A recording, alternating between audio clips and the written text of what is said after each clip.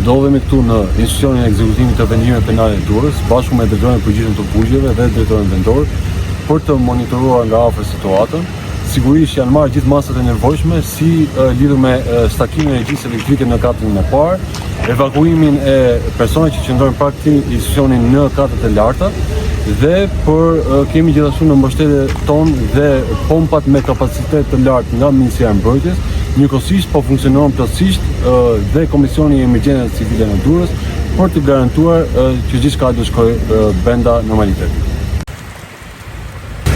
Duke pasur parasysh se situata ndodhet në institucione ekzekutive vendime penale të tjera, drejtoria e përgjithshme e bugjeve dhe institucionet në varësi të Ministrisë së Drejtësisë janë bashkangjitur për të ndihmuar me pajisje dhe mjete të tjera të logjistikës, duke përfshirë dyshek, pajisje të tjera, çizme dhe çdo pajisje tjetër që është nevojshme për institucionin dhe për nevojat etike të përditshme të dënuarve dhe të paraburgosur. Aktualisht situata është në kontroll.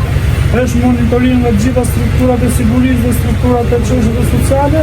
Për momentin kemi një komunikim të vazhdueshëm me drejtoritë rajonale të emergjencave civile, zjarr fikseve dhe bashkitë. Për momentin nuk ka problematika që cënojnë jetën dhe sigurinë e të dënuarve apo të paraburgosurve.